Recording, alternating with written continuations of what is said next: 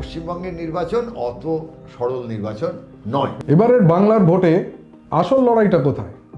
অঙ্কে না রসায়নে? 2 2 4 এটা রাজনীতির অঙ্ক, আর 2 2 22 এইটাই হচ্ছে রাজনীতির রসায়ন। সৌম্য মৈত্রকে আপনারা সবাই চেনেন।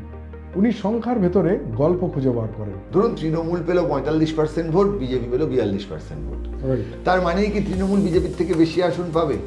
যে অঙ্কটা মানুষের মনকে বুঝতে অসমর্থ, যেখানে বিষয়গুলো সঠিকভাবে সংজ্ঞায়িত হয় না, সেইখানে আমরা যখন মেলাতে পারি না তখন বলি তাহলে ওটা হচ্ছে রসায়ন। একদিকে বুথের হিসেব, সংগঠনের শক্তি, পুরনো ফল, অন্যদিকে মানুষের মুড, অসন্তোষ, আরেক অদৃশ্য স্রোত।